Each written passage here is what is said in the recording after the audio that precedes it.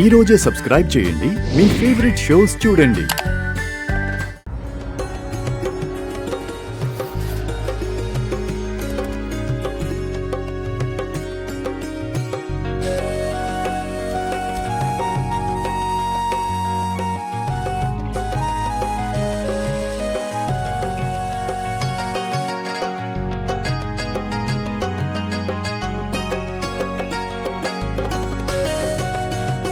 Please కూర్చోండి.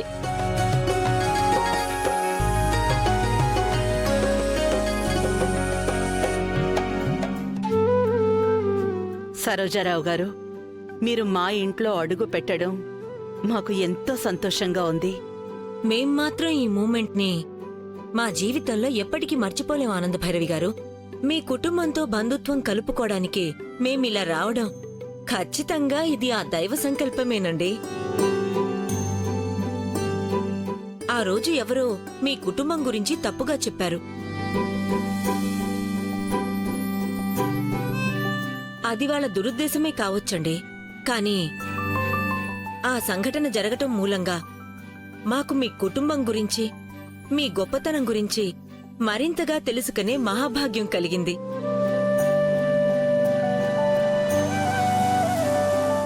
మమ్మల్ని ఇంత మంచిగా అర్థం చేసుకోవటం మీ గొప్ప సంస్కారానికి నిదర్శనం సరోజారావు గారు. అందుకే ఆ దేవుడు కలపాలి అనుకున్న బంధాల్ని ఎవరు ఎన్ని దుర్మార్గపు ఆలోచనలు చేసినా అవి కలవకుండా మానవు అని ఆ పాపపు మెదడుకి ఏ పాటికే అర్థమైపోయుంటుంది.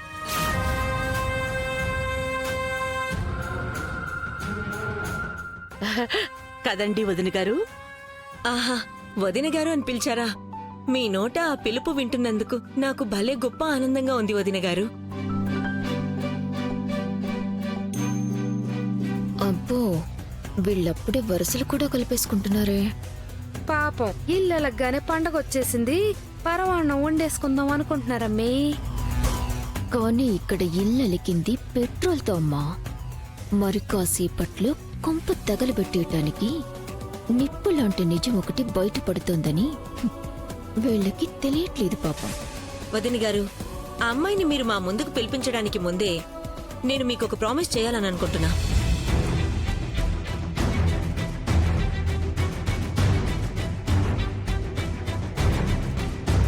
ప్రామిసా? ఏంటి చెల్లమ్మా?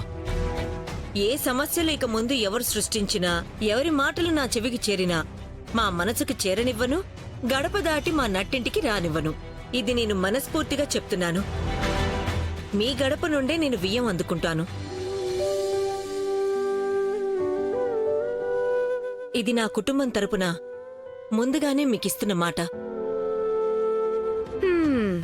ఓరి ఓరి ఓరి ఓరి, ఏందమ్మే ఇలా ఓవర్ యాక్షన్ మామూలుగా లేదుగా. జస్ట్ ఏ ఫ్యూ మినిట్స్, ఈ ఎఫెక్షన్ ఇన్ఫెక్షన్ అయిపోతుంది. ఈ ఆనంద నిలయం అల్లల్లాడిపోతుంది. ఆ శుభగడియ కోసమే కదా వెయిటింగు. వదిన గారు, చాలా సంతోషం అండి. మీ నోట వచ్చిన ఈ మాట మా కుటుంబానికి 1000 ఏనుగుల బలాన్ని తెచ్చింది. అమ్మా అనన్య, మావయ్య, వెళ్ళి లహరిని తీసుకుని రమ్మా. అలాగే మావయ్య. ఇదిగో అమ్మి, నేను వస్తా ఉండా.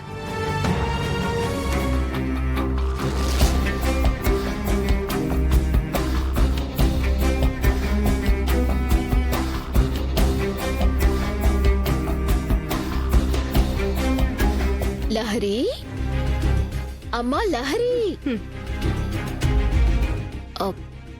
ఏంటమ్మా లహరి, ఎక్కడున్నావమ్మా? ఇంట్లో కనపట్టలేదేంటి? బెడ్ కింద దాక్కున్నావా? పోనీ వాష్రూమ్ లో దాక్కున్నావా? అయ్యో, ఎక్కడ కనిపించట్లేదేంటమ్మా?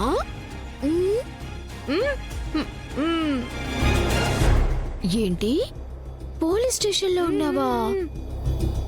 అయ్యయ్యో, హత్య కేసులో పోలీసులు అరెస్ట్ చేశారా?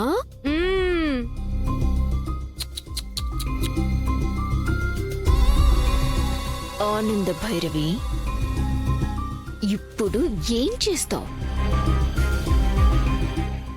కూతురు ఇంట్లోనే లేదు. మరోసారి ఆ స్టీల్ ఫ్యాక్టరీ వాళ్ళ ముందు నువ్వు పూలైపోయి తల దించుకోక తప్పదు. ఇక నీ పరువు పోయినట్టే ఆనంద భైరవి.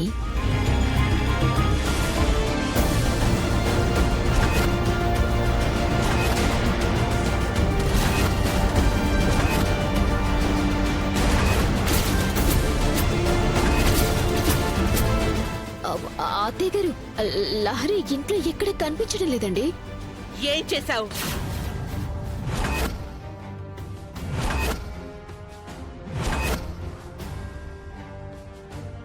లహరిని ఎక్కడికి పంపించేశావు? నేనెక్కడికి పంపించేస్తాను? అసలు ఏం మాట్లాడుతున్నారు అత్తయ్య గారు? ఆపు!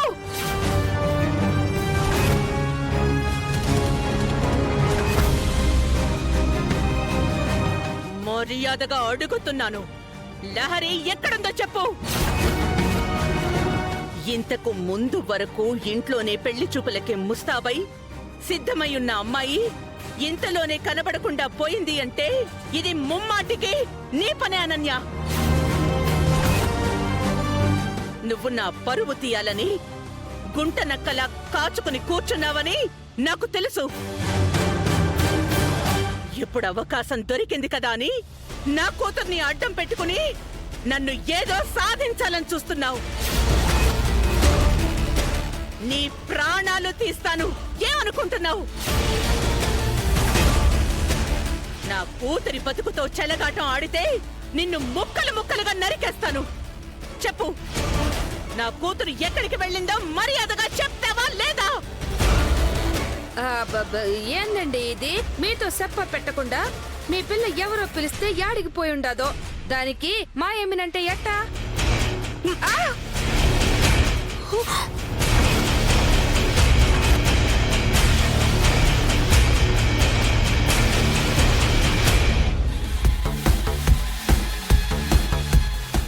నువ్వింకొక్క మాట మాట్లాడినా ఇక్కడే నీ ప్రాణం తీస్తా. అత్తయ్య గారు, ఏంటి దౌర్జన్యం? దౌర్జన్యమేంటే దౌర్జన్యం?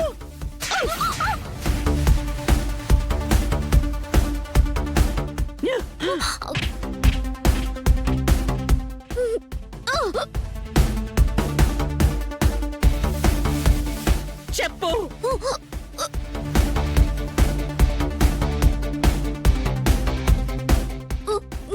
నా కూతురు ఈ సమయంలో గడప దాటింది అంటే ఇది ఖచ్చితంగా నువ్వు పన్నిన పన్నాగమే. చెప్పు, చెప్పు,